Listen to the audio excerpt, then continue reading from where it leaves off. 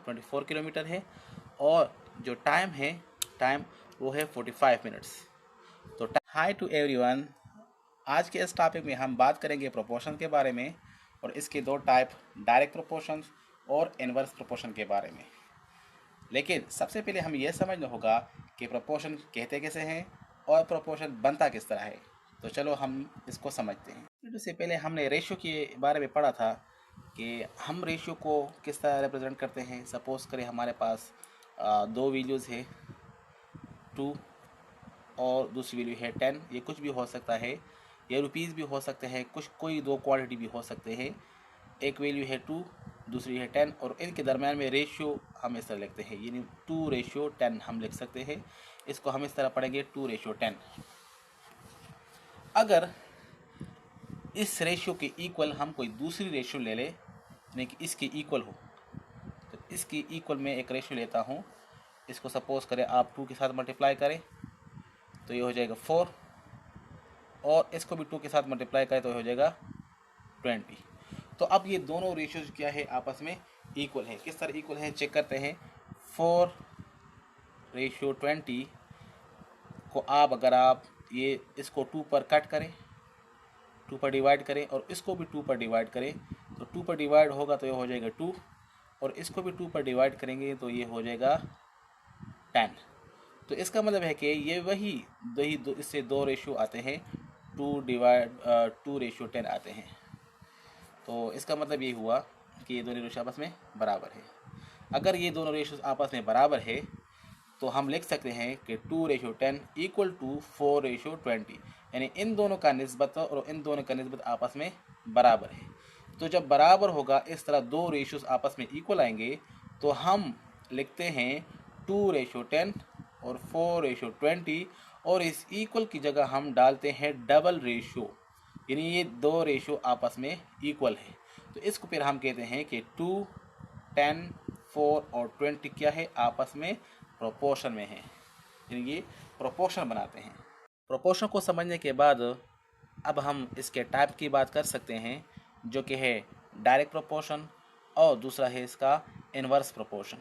अब direct proportion क्या होता है और इनवर्स प्रोपोर्शन क्या होता है। डायरेक्ट प्रोपोर्शन क्या होता है, ऐसा प्रोपोर्शन, ऐसा ताल्लुक जिसमें एक वैल्यू ज़्यादा हो तो दूसरी भी ज़्यादा होती है, एक इंक्रीज़ होती है तो दूसरी भी इंक्रीज़ होती है, अगर एक डिक्रीज़ होती है तो दूसरी भी डिक्रीज़ होती है। मतलब इन दोनों के दरम्यान में जो रिलेशन है वो बिल्कुल डायरेक्ट है। तो इस तरह के प्रोपोर्शन को हम कहेंगे डायरेक्ट प्रोपोर्शन। इसी तरह इनवर्स प्रोपोर्शन कौन सा होता है, ऐसा रिलेशन, ऐसा प्रोपोर्शन जिसमें एक क्वांटिटी ज़्यादा हो तो दूसरा उसकी उलट हो, यानी वो कम हो। अगर एक कम हो तो दूसरी ज़्यादा हो, यानी बिल्कुल उल्टा हिसाब हो। तो इस टाइप के प्रोपोर्शन को हम कहेंगे इनवर्स प्रोपोर्शन। अब इन दोनों को हम एक एग्जाम्पल के थ्रू जो है समझते हैं। तो एग्जाम्पल है, a car covers a distance of 24 kilometre and 45 minutes. ये आपके पास डेटा है कि एक गाड़ी है जो कि 24 किलोमीटर का फासला 45 मिनट्स में तय करती है। तो हम आपके पास दो क्वांटिटीज़ है, एक है डिस्टेंस ये वाली, और एक है टाइम जो कि है 45 मिनट्स।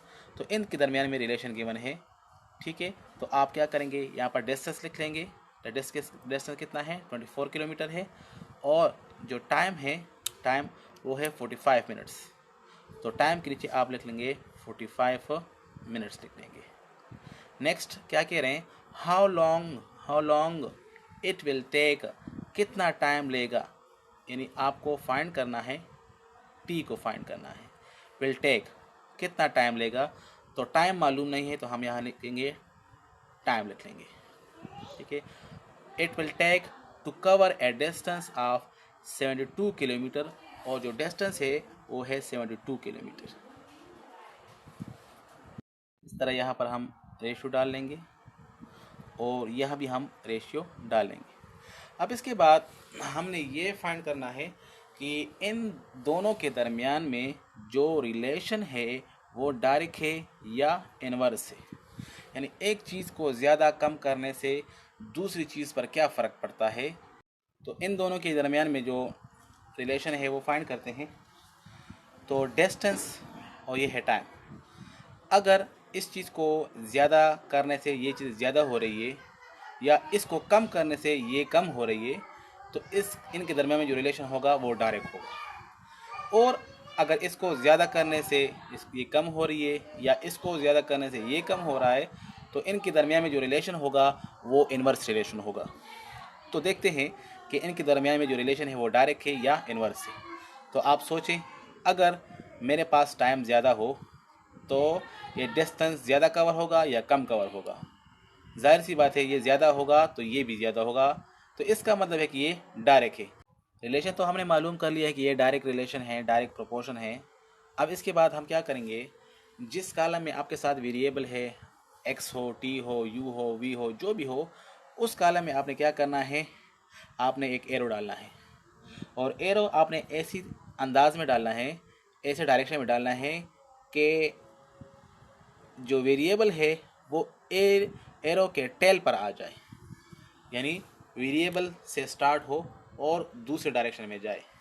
अगर यहाँ पर होता, वेरिएबल ऊपर होता, तो हम ऊपर से ये एरो डालते, यानी इसका जो टेल है, टेल ये यहाँ पर आपके पास ये वेरिएबल आना चाहिए, वेरिएबल जो है वो टेल पर आना चाहिए।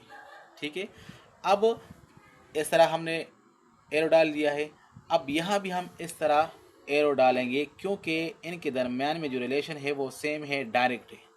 अगर इन्वर्स होता तो फिर हम इसके उल्टा डायरेक्शन में, इन्वर्स डायरेक्शन में, अपोजिट डायरेक्शन में एरो डालते।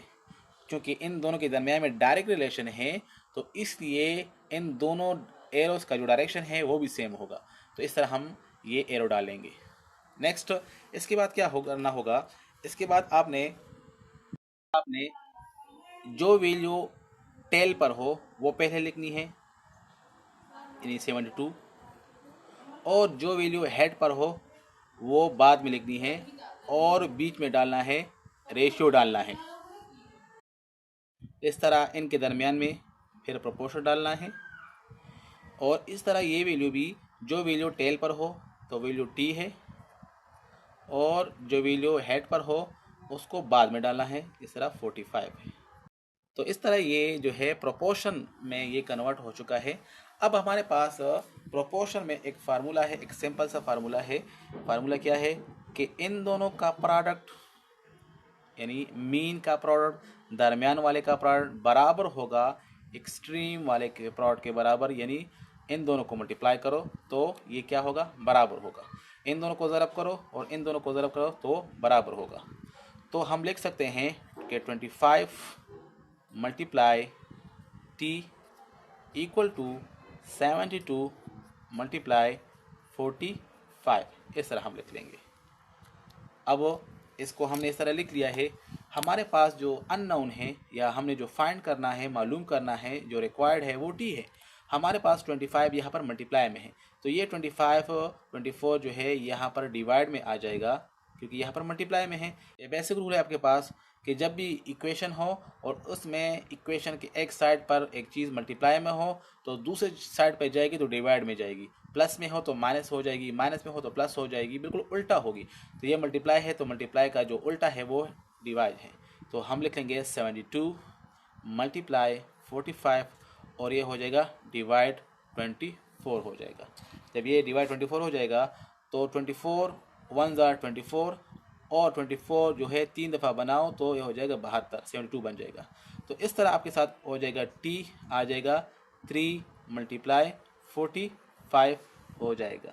अगर आप इनको मल्टीप्लाई करो तो ये आपके पास आ जाएगा 135 टी, और क्या टी क्या है, मिनट्स में है।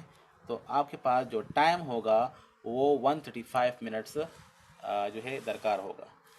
डिस्टेंस आपके पास 24 था तो 45 मिनट में, अगर 72 डिस्टेंस है, ज़्यादा किया तो टाइम भी ज़्यादा होगा, और टाइम कितना होगा, वो टाइम होगा 135 मिनट्स में ये डिस्टेंस कवर होगा। नेक्स्ट जो हमारे पास एग्जांपल है वो है 20 man can construct A building in 18 days. 20 man है और 18 दिन में एक बिल्डिंग को बनाते हैं। ठीक है, हाउ लॉन्ग, कितना टाइम लेगा, will it take to take 30 man, जब आदमी जो है वो 30 हो जाएंगे, 20 से 30 हो जाएंगे, to complete the same task, यही बिल्डिंग मुकम्मल करने में 30 आदमी कितना टाइम लेगा। तो देखिए यहाँ पर मैन और डेज के दरमियान में रेशियो है। तो मैन की जगह आपने लिखना है 20 और डेज जो है वो 18 है। एक मैन है और डेज है, इनके दोनों के दरमियान में आपने रेशियो डालना है। तो इस तरह हो जाएगा। अब देखें यहाँ पर क्या कि टाइम कितना लेगा, तो दिनों की जगह आपने यहाँ पर टाइम के नीचे आपने टी डालना है, इस तरह ये टी डालना है।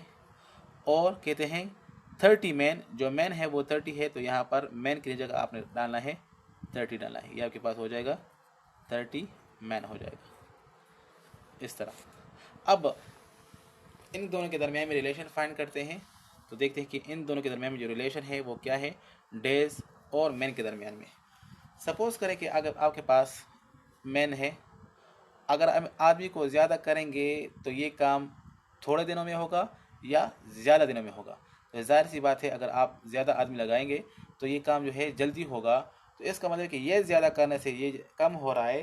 तो ये इन दोनों के दरमियान में जो रिलेशन है वो कौन सा रिलेशन है, वो है इनडायरेक्ट रिलेशन है, या इनडायरेक्ट आपके पास है प्रोपोर्शन है। इनडायरेक्ट प्रोपोर्शन है आपके पास, इनडायरेक्ट प्रोपोर्शन है।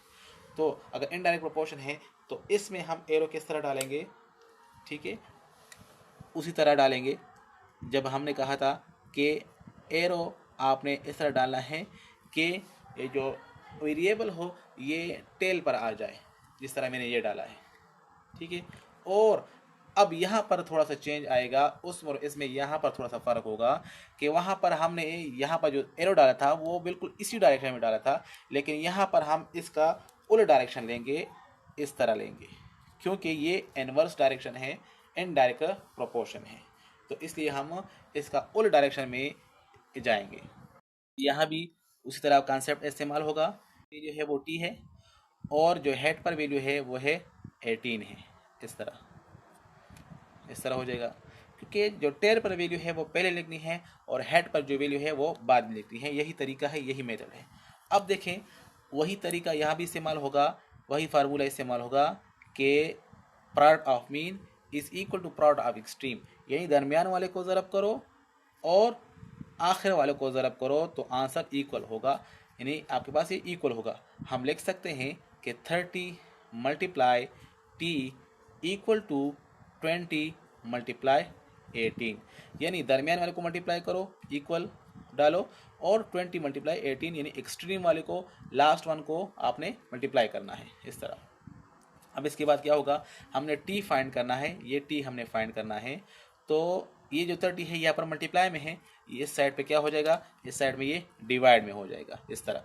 तो टी यहाँ पर होगा T equal to 20 multiply 18 divided by 30, इस तरह हो जाएगा। अब इसको ज़रा हम सिंपल करते हैं, बस फिर इसका आंसर आ जाएगा। ये जो है इसको 10 पे डिवाइड करें तो ये हो जाएगा 3, और इसको 10 पे डिवाइड कर तो हो जाएगा 2 हो जाएगा। ये सिंपल हो जाएगा 2 multiply 18 divide by 3, 2 multiply 18 divide by 3। अब 18 और 3 को कैंसिल करो, 3 1 जार 3 और 6 3 जार 18, तो ये आ जाएगा, यानी 18 डिवाइड बाई 3 से 6 आ जाएगा, 18 डिवाइड बाई 3 से 6 आ जाएगा। तो हम लिख सकते हैं कि 2 मल्टीप्लाई 6 आ जाएगा, और 2 6 जार क्या आ जाएगा, 12 आ जाएगा। तो इस तरह ये टी जो है टाइम है, तो टाइम जो है आपके पास कितने हैं, दिन में है, तो आपके पास डेज, ये आपके पास 12 डेज आपके पास जो है वो दरकार होंगे इस काम को करने के लिए।